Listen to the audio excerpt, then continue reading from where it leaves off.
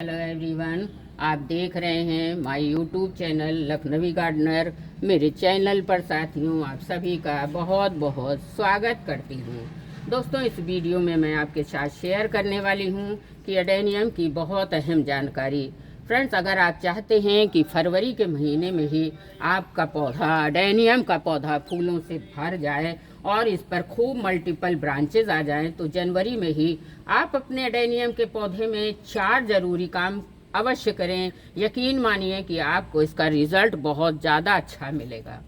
साथियों, अगर आपके यहाँ भी दिन में अच्छी धूप निकलने लगी है तो ज़रूर से ज़रूर ये काम करें, आपको इसका परिणाम बहुत अच्छा देखने मिलेगा। मैं हर साल ये प्रोसेस करती हूँ और आप सभी ने हमारे गार्डन में देखा हुआ है कि कितनी अच्छी ब्लूमिंग होती है। ये मेरा रेड कलर का रोजी वैरायटी वाला एडेनियम है। सबसे पहला आपको करना क्या है कि जिस सीजर से, जिस प्रूनर से, कैंची से आपको इसकी कटिंग करनी है दोस्तों, उसको स्टरलाइज कर लीजिए। अगर आपके पास कुछ भी नहीं है तो आप थोड़ा सा फाब फंजीसाइड पाउडर लगा दीजिए, इससे भी इसमें कीटाणु मर जाते हैं।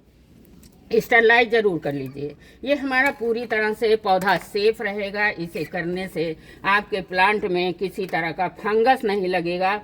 ये पौधे में कलियां आ तो रही हैं, देखिए कलियां भी आ रही हैं, लेकिन मैं इन कलियों का लालच नहीं करूंगी। फरवरी आते आते अपने पौधों की ग्रोथ फास्ट ना होकर बहुत स्लो होगी अगर ये काम नहीं करेंगे। फिर मुझे पौधे में फ्लावर्स जो हैं अप्रैल और मई में जाकर मिलेगा। इसलिए एक अच्छी सेप देना है। ये काम तभी आप करेंगे जब आपके यहाँ अच्छी धूप निकल रही हो। ध्यान रहे दोस्तों कि जब बदली हो या हल्की बूंदाबांदी हो तो आपको एडेनियम पर ये काम बिल्कुल नहीं करना है। इस तरह से चारों तरफ से आप अपने प्लांट की प्रूनिंग ज़रूर कर दें। और देखिए, ध्यान से देखिएगा, इस तरह से वी कट प्रूनिंग करनी है आपको। ये तरह से वी कट की प्रूनिंग करनी है। अगर आपको फरवरी में, देखिए कली भी है, लेकिन मैं इसका मोह नहीं कर रही हूँ। कली के साथ साथ दोस्तों एक छोटा सा सीड पॉट भी आ गया है, मगर मैं सीड पॉट की ज़रूरत नहीं। इस तरह से सारी ब्रांचेस को आप अच्छे से प्रून कर दीजिए। देखिए, जो बहुत पतली ब्रांचेस हैं उनको ज़्यादा नीचे से आप हटा दीजिए। देखिए, एक बार में कट जाना चाहिए आपका पौधा। इस तरह से प्लांट में लगातार नई ग्रोथ आने लगेंगी। उसके बाद जो इसमें सैफ निकलता है साथियों, पीले रंग का पानी निकलता है, किसी कपड़े से अपने या तो नैपकिन से खूब अच्छे से पोंछ दीजिए। लगातार नई ग्रोथ आने लगेंगी, मल्टीपल ब्रांचेस होंगी दोस्तों, आपका पौधा एकदम बुशी हो जाएगा। उसके बाद आपको एक काम और करना है। बहुत डीपली प्रूनिंग नहीं करनी है कि आपको यहाँ से काटना है। आपके अपने पौधे में इतनी कम से कम 3-4 इंच की जगह छोड़कर ही प्रूनिंग करनी है। इसकी मैंने टिप्स को प्रून कर दिया है। अब देखिए, साफ फंजीसाइड पाउडर लिया है और 1 बूंद पानी में इसका लेप मैंने बना लिया। अब आप कटे वाले हिस्से पर इस तरह से सील पैक कर दीजिए। अगर आपके पास पाउडर नहीं है, सपोज करिए, तो आप हल्दी पाउडर भी लगा सकते हैं। इस तरह से सारे कटिंग को आपको बिल्कुल अच्छे से सील पैक कर देना है। आप इसको फेविकोल लगा के भी सील पैक कर सकते हैं। पिछले साल तो मैंने मोमबत्ती जलाकर इस पर टपका दिया था और आपको इसमें कभी भी पानी, कोहरा, पाला का कोई भी इफेक्ट नहीं होगा। इस तरह से पेस्ट बनाकर कटे हुए हिस्से पर लाक कर दूंगी, जिससे कि हमारा पौधा कहीं से भी फंगस का शिकार न हो। थोड़ा सा बच गया है दोस्तों, देखिए इनके रूट में पिछले साल थोड़ा सा इन्फेक्शन हो गया था, वहाँ भी लगा देती हूँ, जिससे कोई तरह का इसमें कोई प्रॉब्लम ना आने पाए, इनकी रूट में भी कोई दिक्कत ना होने पाए। अगर आपका बच गया है पेस्ट तो आप कॉडेक्स में भी लगा देंगे तो आपका कॉडेक्स बहुत ज़्यादा सुरक्षित रहेगा। कई लोगों के क्वेरीज आ रहे हैं, मैम हर साल रिपोर्टिंग करनी चाहिए तो उनकी रूट प्रूनिंग करना है, ऐसा कोई ज़रूरी नहीं है। मैं हर साल 2-3 साल तक तो ये प्रोसेस बहुत ज़रूरी है दोस्तों, लेकिन जब आपका पौधा काफ़ी मैच्योर हो जाए, 3-4-5 साल का हो जाए, तो इसके लिए आपको कोई ज़रूरी नहीं कि हर साल आप रिपोर्टिंग करें। लेकिन हाँ, प्रूनिंग अगर आप करेंगे तो आपका पौधा इस तरह से बुशी बन जाएगा।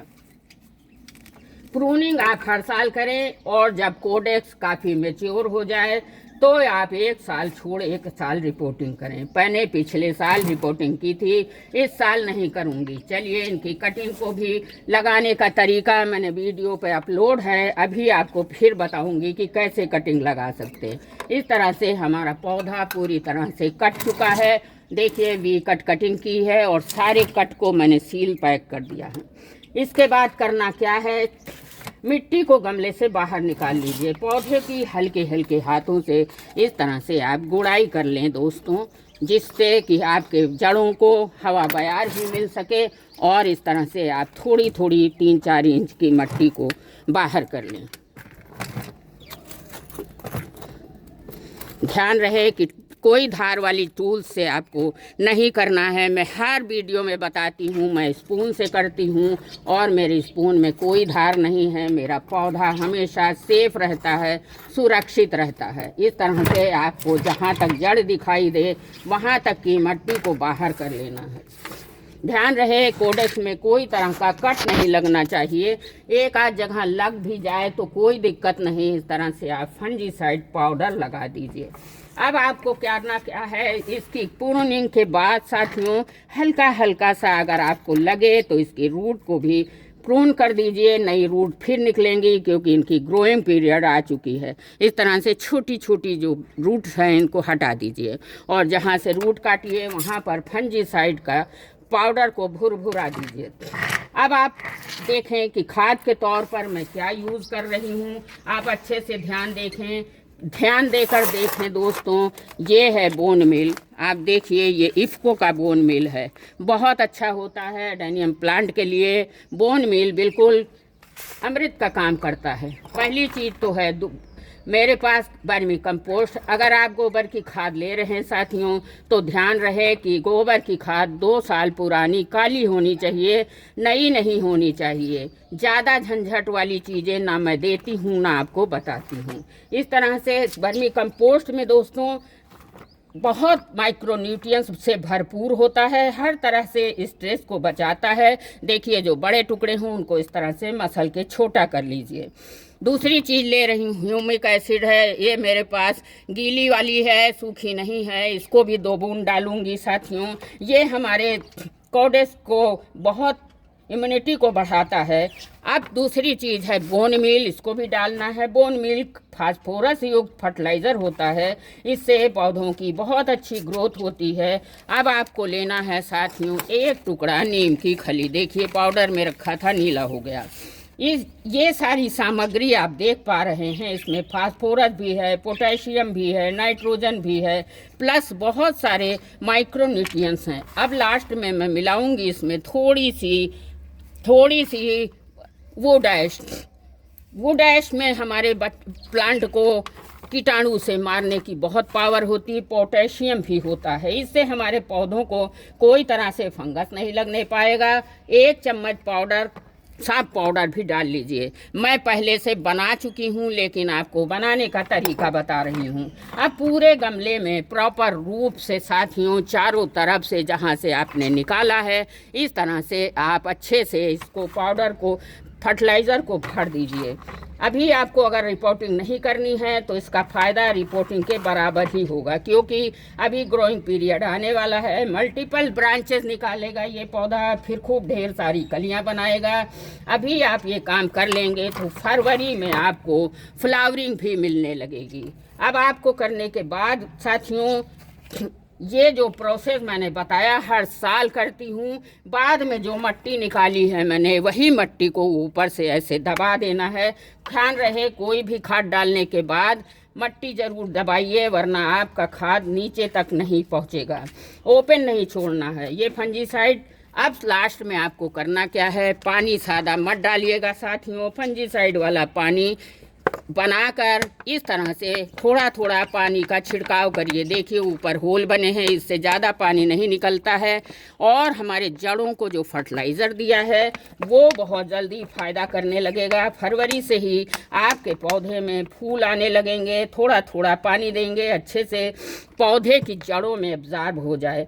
शेड में 2-1 दिन इसको शेड में रख दीजिए, फिर प्रॉपर धूप में रहने दीजिए। अभी कर लेंगे ये काम साथियों तो बहुत अच्छी फ्लावरिंग आपको फरवरी के महीने से मिलने लगेगी। आशा है आपको जानकारी अच्छी लगी होगी। ह्यूमिक एसिड 4-5 ड्रॉप ज़रूर डालिएगा, ये हमारे प्लांट में फ्लावरिंग का बहुत क्वांटिटी बढ़ा देता है। जानकारी अच्छी लगी है तो लाइक शेयर करिएगा। धन्यवाद।